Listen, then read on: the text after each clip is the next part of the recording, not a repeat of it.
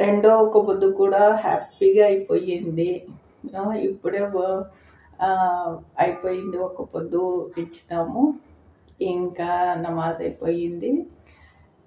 రంజాన్ నెల, ఈ పవిత్ర మాసంలో ఎవ్వరు మోసాలు చేయకుండా, ఈ ఒక్క నెల పవిత్రమైన నెలలో అబద్ధాలు మాట్లాడకుండా, అబద్ధాలు వినకుండా, ఎవరి గురించో చాడీలు వినకుండా, మాట్లాడకుండా ఒక పొద్దు ఉంటే చాలా నిష్టగా, కఠినంగా ఉండాలి.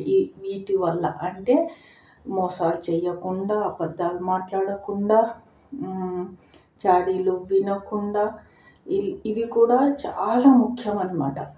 ఇవి కూడా చాలా పాటించాలి.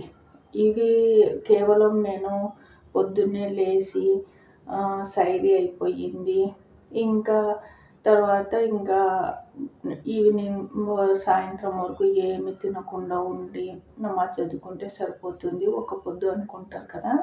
కాదు, ఇంకా ముఖ్యంగా ఇవి పాటించాలన్నమాట.